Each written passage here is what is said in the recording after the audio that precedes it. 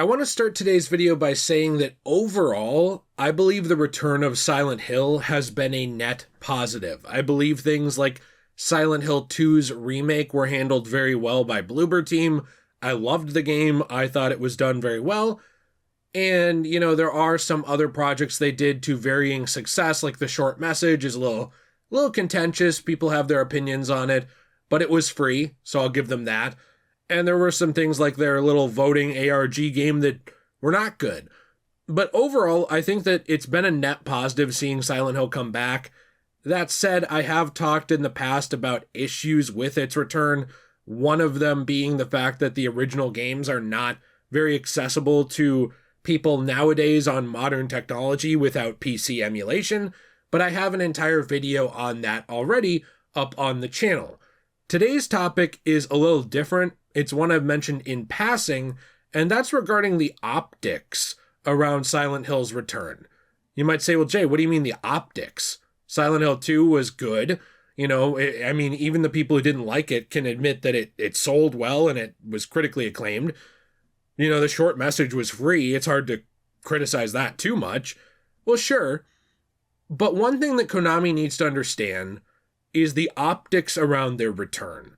The optics around things like Metal Gear coming back and Silent Hill coming back, and how certain decisions can look from the outside, even if they've become industry standards. And that's what I wanted to talk about for a few minutes today, because I truly believe that the way that they've gone about marketing the editions of these games and the constant push to cram in pre-order bonuses like early access or random extra cosmetics, and some of which that you are never able to buy after the fact, at least as of recording this, like Silent Hill 2's remake, it had random masks that they added in for James that weren't in the original game, that unless you got the super special digital edition, you can't even get those now. I really think that this is a bad look for the series, especially given the other issues, like the originals not being easily accessible. And so I want to talk about that for a few minutes today because it is something that matters to me. I know that there will be people who defend that choice. There will always be people who defend something, whether it's an industry standard or not. That doesn't mean that it's good to do in every case. And with Konami's case, they do have a lot of missed opportunities and lost ground to make up for.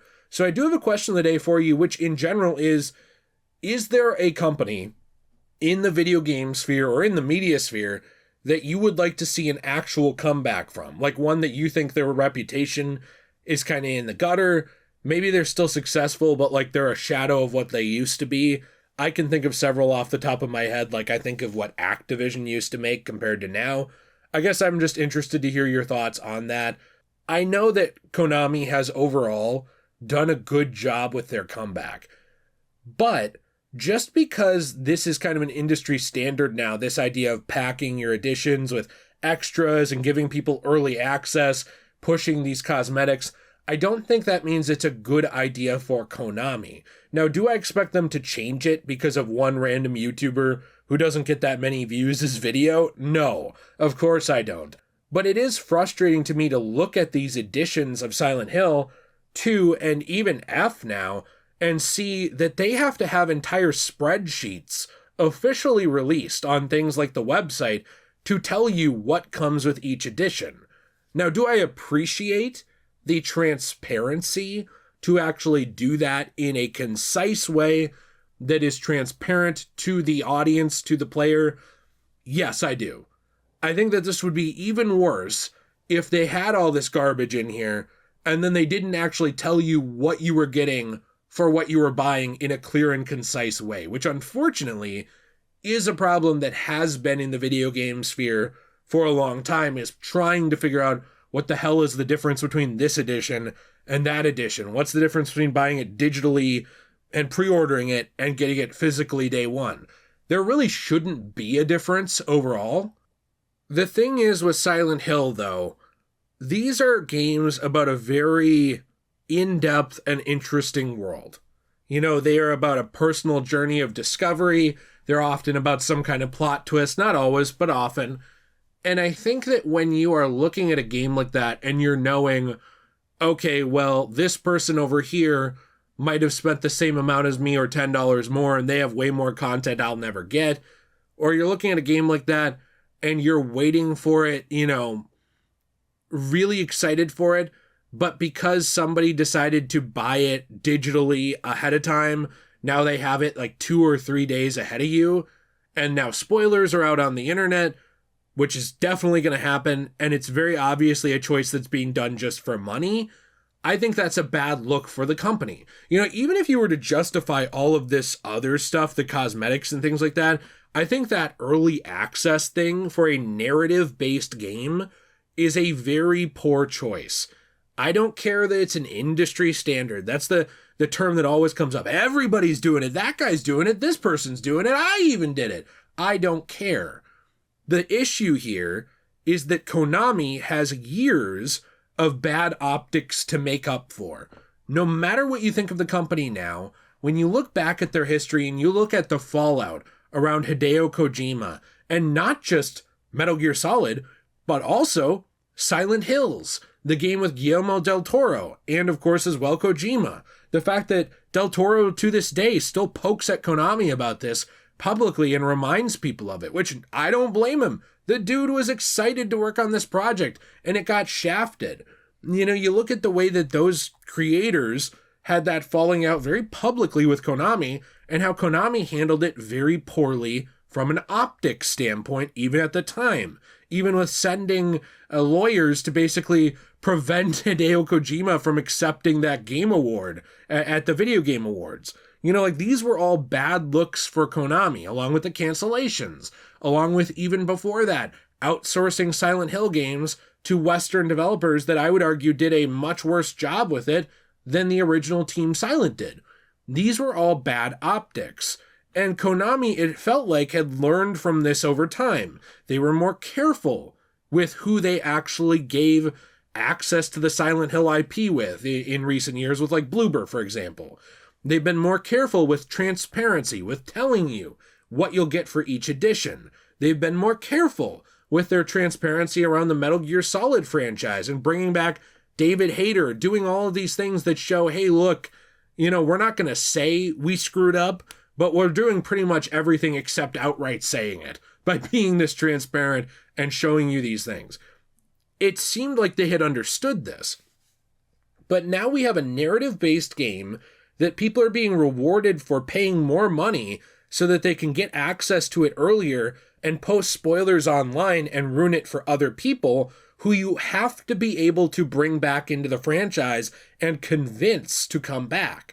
Even things like Silent Hill 2, with its critical acclaim, with its commercial success, with the way people responded to it, even that alone was not enough to convince many people to return to Konami. So when you're having these optic issues, even just from a self-serving business standpoint, I have to ask, is that worth it? I guess I should say, pursuing the money in that way, is it worth looking bad to a subset of people, or does it just not matter?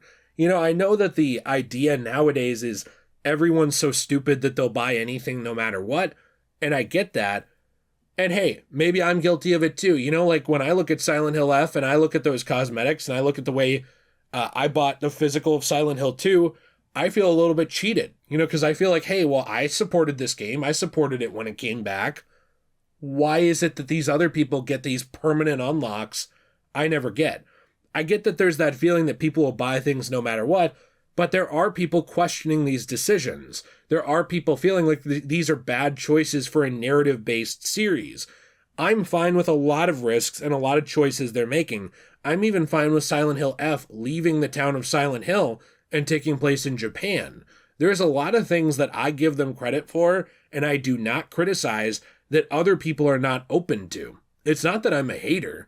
In fact, Silent Hill 2's remake was one of my games of the year it came out. Loved it to death. But I really think that when you're bringing back a series like this, and when you're trying to bring back your reputation, the last thing you want to do is make choices that very obviously look money-grubbing. And things like the early access and things like the spreadsheets required to understand the additions of Metal Gear and Silent Hill, things like, the cosmetics, these are choices that very clearly come off as money grubbing to people from an outside perspective. At the end of the day, I understand that they're a company, they need to make money, they need to be profitable. I'm not questioning that. I don't expect them to be a charity. I'm not an idiot. At least not that much of one. But I do think it's frustrating to watch when you're rooting for someone, because I am rooting for them to be successful in the way of creating good art again. I am rooting for good games to be made here. It's frustrating to watch that and see choices that also appear to be self-sabotaging just in the spirit of chasing quick cash. I'm interested to hear your thoughts down below. I truly think that in some ways, to me, these choices remind me of the pachinko era. You know, they remind me of how can we use this thing to make quick money? I don't think that's the look you want on the brands when you're bringing them back, but that's my personal feelings on it. I know a lot of people will never care about this stuff and have kind of resigned themselves to it. And I don't know, maybe I'll end up getting that version with the cosmetics too, because I don't want to never be able to get them. That FOMO does work on people. I'm not above admitting hypocrisy on that, but interested to hear your thoughts. If you enjoyed the video, you want to leave a like, subscribe. I appreciate you very much. I always love hearing your answer to the question of the day. Other topics you want me to cover, love to hear that as well. And also, if you want to support this channel, there are many ways to do so. I will flash some of them right here, along with shouting out our store, cosmobunny.shop. This is a store where we make coasters, keychains, trays, and more out of recycled paper from damaged comics, damaged manga, damaged magazines, and more. This paper is saved from books that cannot be sold or have to be sold dirt cheap. What we do is we take those things, prevent them from going in landfills, create transformative art out of them through a new medium, and then recycle the rest. And my wife Jill also makes handmade resin and beaded jewelry over there. Fantastic stuff. We really, really appreciate all of those of you who have supported that lately. Discount code DJAY123 will get you 10% off your first purchase over there. Have a fantastic day, and as always, everyone, stay shui.